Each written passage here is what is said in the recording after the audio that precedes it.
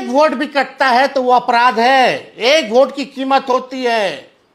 एक वोट से भी हार जीत का फैसला होता है।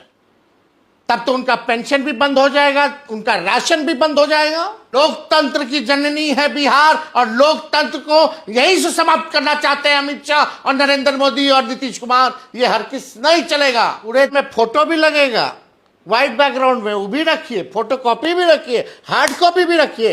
हर वोटर पे फोटो कॉपी या फोटो का अलग से खर्चा, आने जाने का खर्चा, घूस दे करके कागज बनवाने का जब बनता है तो उसका खर्चा। क्या ये अब मात्र 22 दिन बचा है, 22 दिन में हो पाएगा? ये सवाल खड़ा होता है। और जिनका वोटर लिस्ट से नाम कटेगा यानी वो देश के नागरिक नहीं होंगे क्या? पूरे देश में केवल बिहारी को अपनी नागरिकता को साबित करना होगा और यही वोटर लिस्ट से 2024 का चुनाव हुआ था। अगर वो फर्जी था तो चुनाव भी फर्जी होगा। जो देश भर में सरकार बनी है फिर वो भी फर्जी सरकार होगी। केवल बिहार के लोगों का ही, बिहार ही केवल नागरिकता अपने देश का साबित करेगा।